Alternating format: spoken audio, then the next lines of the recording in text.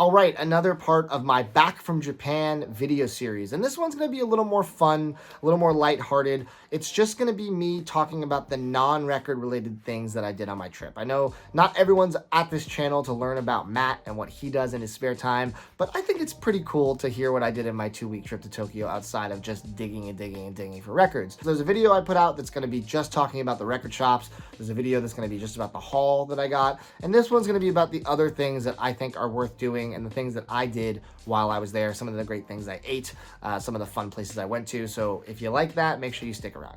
And if you haven't yet, please subscribe to the channel. You can hit subscribe and the bell below and you won't miss out on anything I put out. Let's talk food first. Everyone wants to talk food. Everyone wants to know what I ate. I've been getting a lot of DMs asking about my favorite restaurants I went to, favorite meals.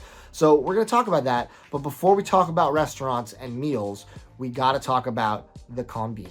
The Combini lifestyle is a lifestyle, truly. It is unbelievable how pervasive it is in day-to-day life for Japanese citizens. Combini is their word for convenience store. So it seems weird to glaze a 7-Eleven in America and kind of talk about it like it's anything special. But let me tell you, the 7-Eleven in Japan and the 7-Eleven in America could not be any more different. Other than the logo and the name, there's almost no similarity. There's 3 big chains out there, and they're all kind of reskinned versions of each other. They have slightly different snacks and food offerings and whatever it may be, but they're called Lawson, Family Mart, and 7-Eleven.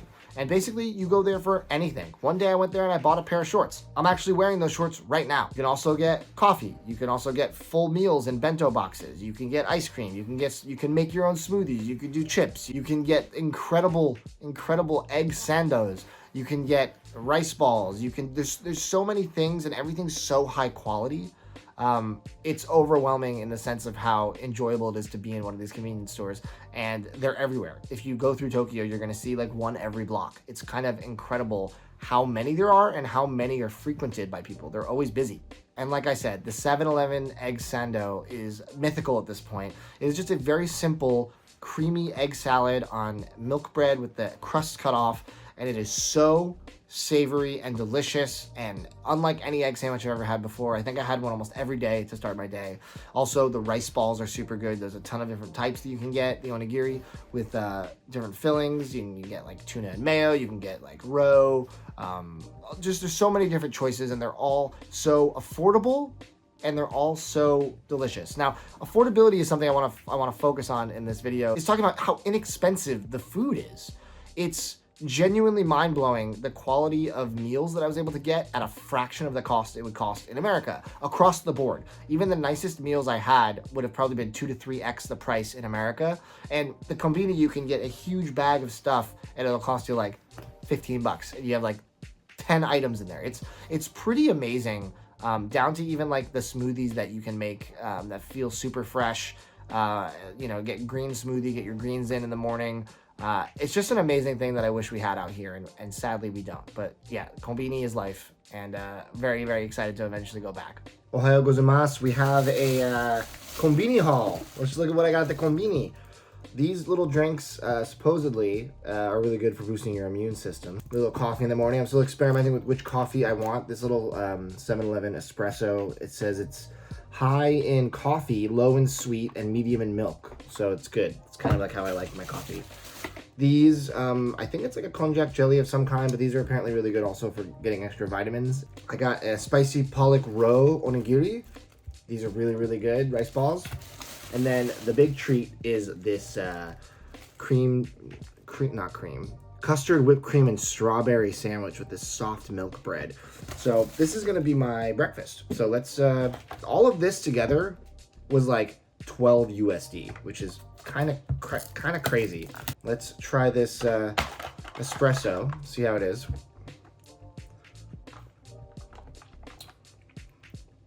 It's okay. Sometimes you just need a little bit of coffee, right? How about we try this health tonic? All right, there we go. See, let's shake it. I don't know.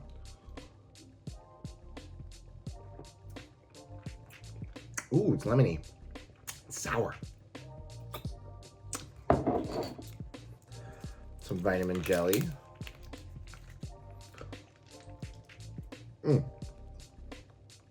Comes fast. It's like a konjac jelly. It's good. All right, first things first, we're gonna do the rice ball. Oh, interesting. It's kind of like the rice part's in the middle, and then it's not fully compact. The last onigiri I had that I really liked, they were out of. So I have to make do with what I have, but this is kind of like a hand roll kind of in a way. Let's see.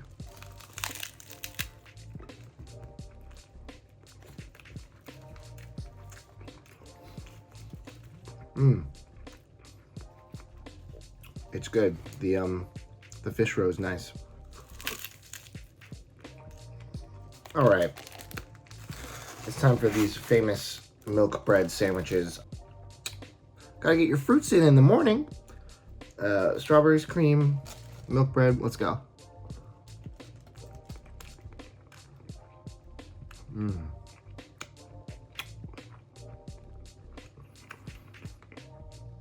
Oh, that's delightful.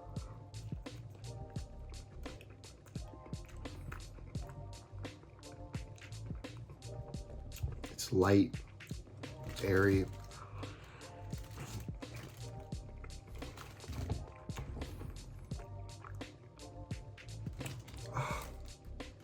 The Combini is life. All right, Combini dessert edition. It's been a long day. Had some amazing sushi with my friend Hiro.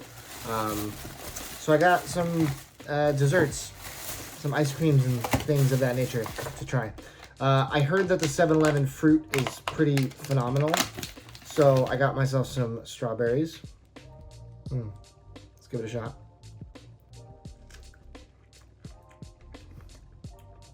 Holy crap. Oh my God.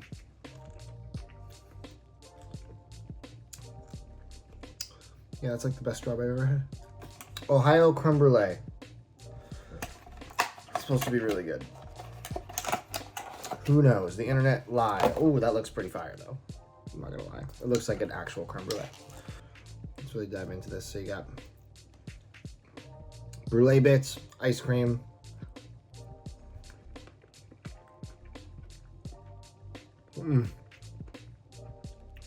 Oh, wow.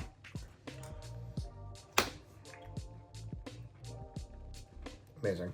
All right, we're back with another haul. This time I went to a different Combini. I went to Family Mart.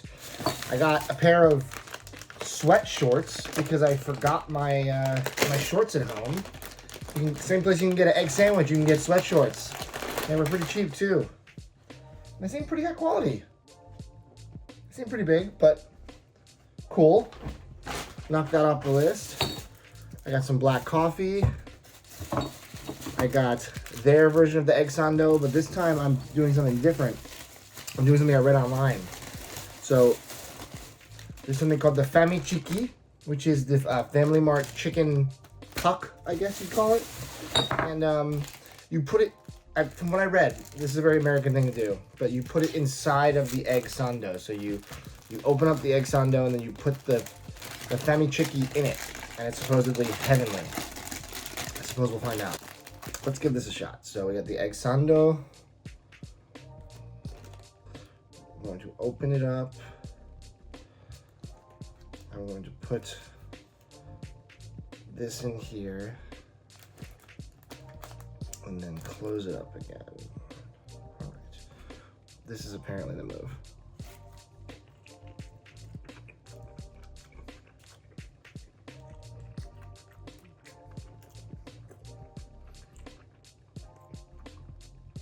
Oh yeah, that's nice. But the other thing I got was this pizza bun, which I heard is fantastic. Just a little rice bun, but it's a pizza bun. Here we go. It's gonna be hot, I think. Mmm. Oh man. It's so good.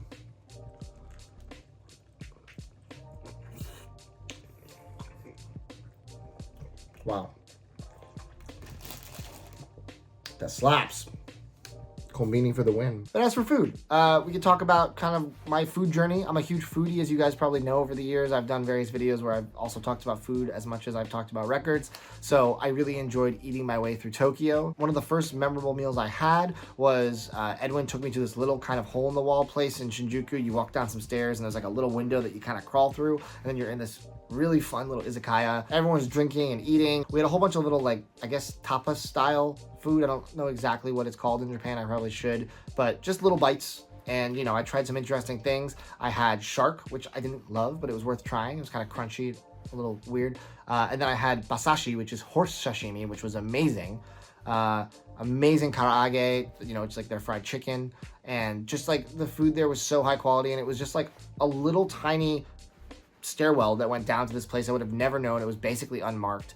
And I think that's what's interesting about Tokyo too, is that some of the best and coolest experiences are hidden and unmarked in random buildings, where you'll walk into a building and there'll be an elevator on the bottom, and then you can go up 6 floors and the elevator opens and all of a sudden you're in a super cool bar, or you're in a really cool restaurant, and it's just like right there when you open the elevator, and you would have never known from the street level what was there. So that was kind of a fun theme of the trip, was kind of discovering things by chance just by taking random elevators. In Kichijoji, Brian from Tokyo Record Style, a great YouTube channel that you should definitely check out and subscribe to, showed me okonomiyaki and monjiaki, which are 2 different styles of this kind of Japanese pancake that you make on the flat top grill in front of you. Really, really good, hearty and savory and delicious, and that was super fun. My friend Hiro took me to a sushi bar that he loved, and we had almost endless pieces of delicious, high quality nigiri. Every single piece was just melt in your mouth, fantastic, with amazing, right amount of fishiness of flavor for every single bite.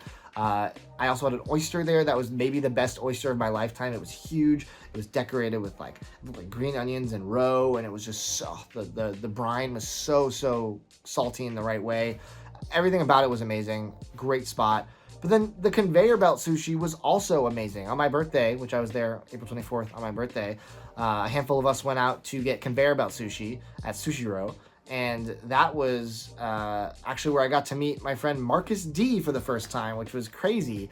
Marcus is a musician who I pressed one of his records on my label, Melancholy Hopeful, and we had never met. However, we had talked a lot over the making of this project together, and meeting him in person, getting to do sushi and then karaoke with him at KaraokeCon was so much fun. And he's just the coolest guy, as I expected him to be. So shout out to Marcus for spending some time on my birthday with me.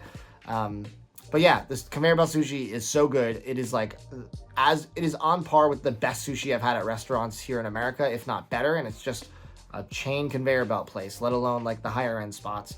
I also did an omakase later in the trip that was, I think, like 15 or 16 courses. Unbelievable. There was a little squid in this kind of like mustardy sauce. There was an amazing fresh crab piece, really good eel, which is my favorite. So many fantastic bites, and it was so much food, almost couldn't finish it all. And I think it came out to like $60 a person USD, which in America this would have been 200 plus easy. So again, your money goes a long way, and not just because of the strength of the dollar versus the yen. Food is just more affordable out there and higher quality. One of the highlights of the trip for me was finding the PDX tap room, which I had no idea was there until I happened to be across the street at a different bar and stepping outside and being like, that's the state of Oregon. That says PDX. What is that? And I walked in and found an amazing little bar run by this lovely woman, Miyuki.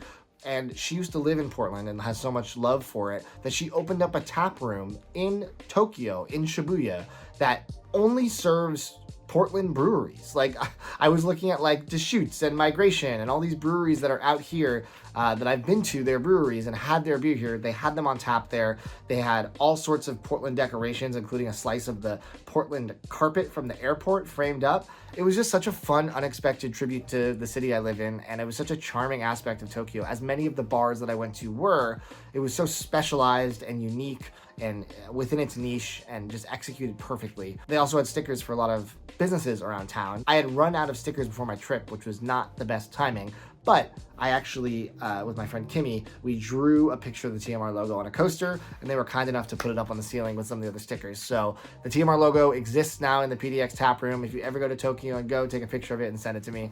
But yes, Miyuki then sent us on a dinner chase to a hidden restaurant that was an elevator up to a random door, like I said, where it was a place that did fried skewers, where you would sit there at the counter and the really kind gentleman behind the counter would be just making these different fried skewers of different combinations of meats and vegetables and all kinds of unique ingredients. And he would fry them into pura batter, and he would, give them to you, and he'd tell you what sauce to use. And he'd basically just keep bringing you skewers over and over and over again until you told him stop. And I didn't realize that until like we were stuffed, and I was like, wait, he's just gonna keep bringing us food if we don't tell him to slow down. So we stopped eating eventually, but it was so delicious. One of my top things of the entire trip as well was hitting up Usagi Ramen, which was a very special thing for me because it is run by a gentleman named Now, who is the brother of the late great Nujabes, one of my all-time favorite hip-hop producers. I've talked about him here endlessly.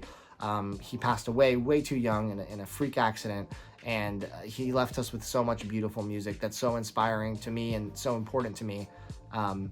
And I just got to eat his brother's ramen. That was the best ramen I had on the trip.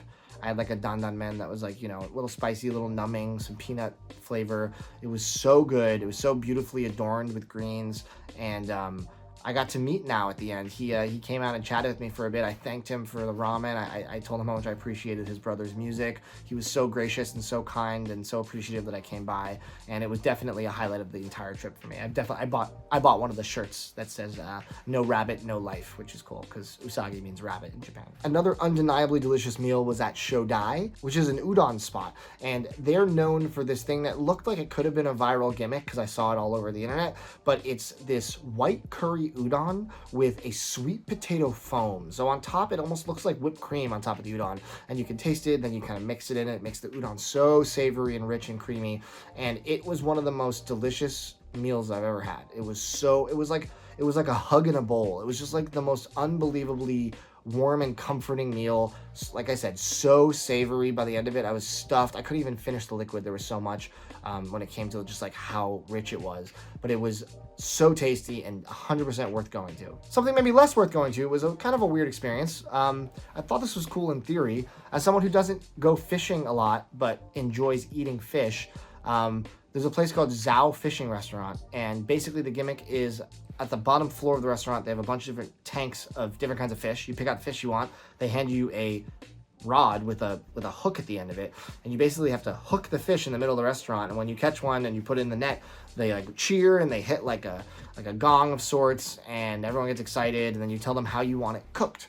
So I did that, and it was a little weird because it felt weird just killing this fish in the middle of this restaurant. Everyone was cheering, and then I just like was watching it die. I don't know, something about it kind of was weird, and I eat meat. I understand the implications of doing so. But there was something just kind of weird about the experience. The fish tasted pretty good, but regardless, I don't know if I would go back. I think it was a one-time thing for me. And then we also had some amazing Japanese curry, which was super savory, and the meat was so tender, basically melted in your mouth, and some surprisingly incredible gluten-free udon. Found a spot that was highly recommended, and it was just like the perfectly orange yolk that you mix into the udon. The flavors were tremendously good. And the best part of the meal for me were these tempura rice cakes, also gluten-free, but the perfect breading. The rice cakes were almost a little sweet.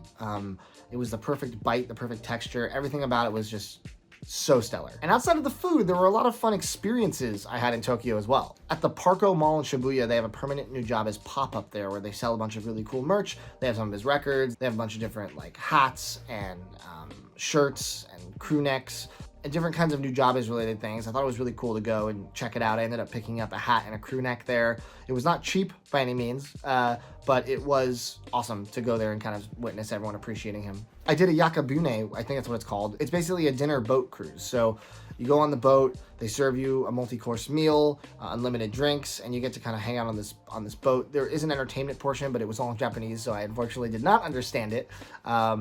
But it was cool they stop in the middle, and you get to go up to the roof of the boat and kind of look at the view, and it's pretty beautiful from the middle of the water looking at Tokyo. So that was pretty fun. I went thrifting a little bit. I don't think I went to the right places. I found a lot of really cool stuff, mostly in Shibuya, but the prices of a lot of the stuff in the thrift stores were crazy high, especially on like anything American made.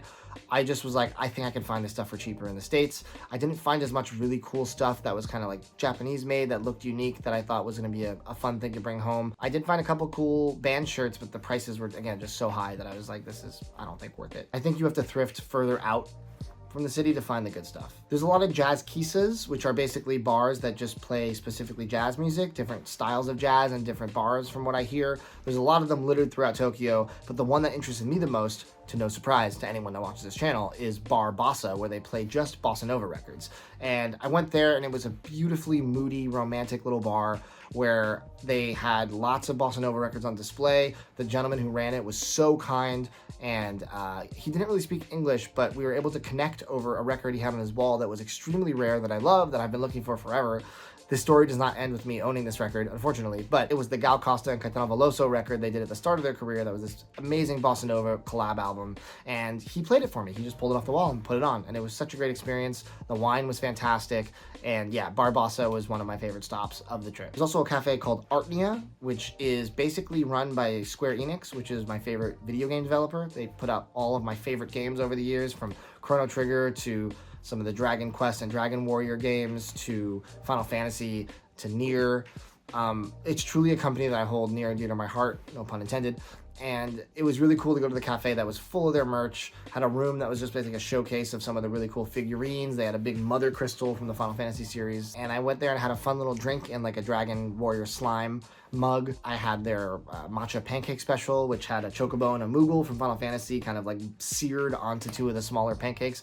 It was just a fun little experience for a nerd like me. And then finally, I went to Team Labs, which I've heard mixed reviews about the experience, and I would say it is 100% worth going to.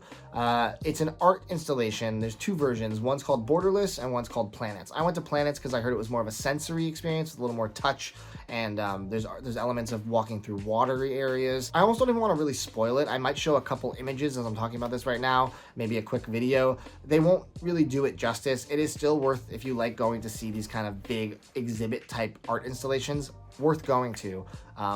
Just a really fun, forward-thinking experience that really excites all of your senses, and it's definitely worth adding to your itinerary. I had a really fun time there, and I think you will too. But yeah, those are the things that I did in Tokyo. Those are kind of like the things I spent my time doing outside of all the record shopping I did. So I hope you enjoyed seeing kind of this little peel back of the curtain of my life outside of shopping for records and talking about records. Leave a comment with anything you saw in this video that you thought was cool, maybe something that I missed for my next trip. And as always, any questions that you have, I'm more than happy to answer. So make sure you leave those as well. Make sure you check out the other videos in the Tokyo series that are coming out. As always, there's more coming soon. So thanks for watching and take it easy.